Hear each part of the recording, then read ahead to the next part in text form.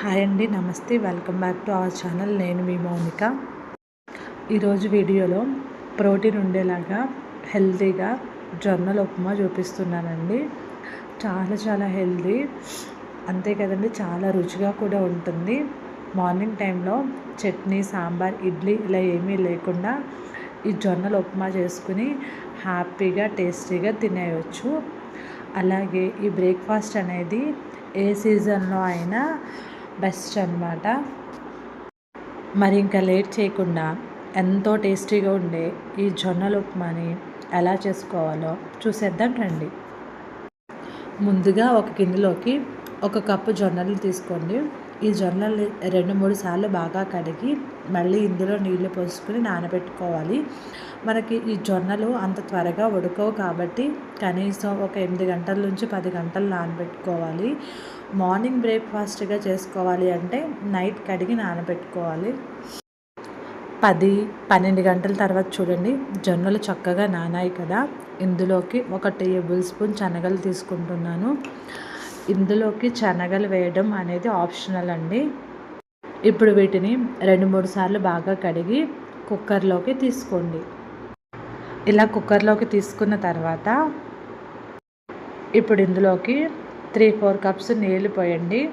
1 cup జొన్నలకి 3 కప్పులు నీళ్ళు అనేది కరెక్ట్గా సరిపోతుందండి. ఇప్పుడు ఇందులోనే ఉప్పు అనేది ఏమీ వేయకుండా మూత పెట్టి బాగా ఉడికించండి.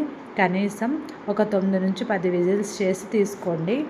విజిల్స్లో గాలి అంతా పోయాక మూత తీసి చూస్తే చూడండి ఎంత చక్కగా ఉడికాయో.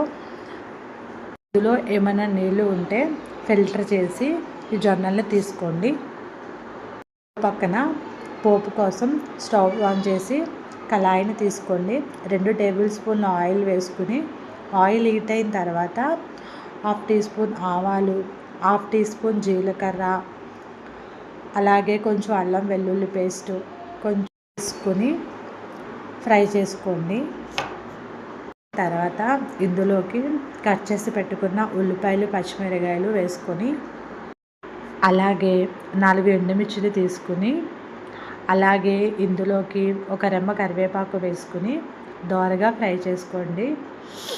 మనకి ఈ ఉల్లిపాయ ముక్కలు అనేది లైట్గా వేగిన తర్వాత ఇందులోకి కొన్ని పల్లీలను వేసుకుని దోరగా ఫ్రై చేసుకోండి.